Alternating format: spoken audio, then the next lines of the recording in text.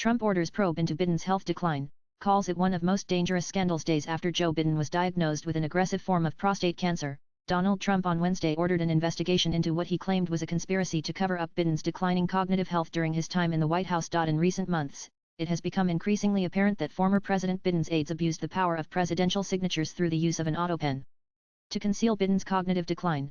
A presidential memorandum read. This conspiracy marks one of the most dangerous and concerning scandals in American history, it mentioned. The American public was purposefully shielded from discovering who wielded the executive power, all while Biden's signature was deployed across thousands of documents to effect radical policy shifts. The memorandum, issued on Wednesday, read. Concerns over Biden's health surfaced after his debate performance against Trump during last year's presidential campaign. In multiple videos shared on social media, Biden could be seen stumbling over his words and repeatedly losing his train of thought. Also read. Feeling good, Joe Biden says in first remarks about cancer diagnosis. Republicans have long claimed that Biden was suffering from intellectual decline even as the White House pressed ahead with major legislation and presidential decrees during his term. They cited his infrequent public appearances, as well as his apparent unwillingness to sit for interviews, as evidence of what they say was a man incapable of doing the demanding job of Commander-in-Chief of the United States. They insisted that those around him covered up his physical and cognitive decline, taking decisions on his behalf and using a device that could reproduce his signature to allow them to continue to run the country in his name. The counsel to the President,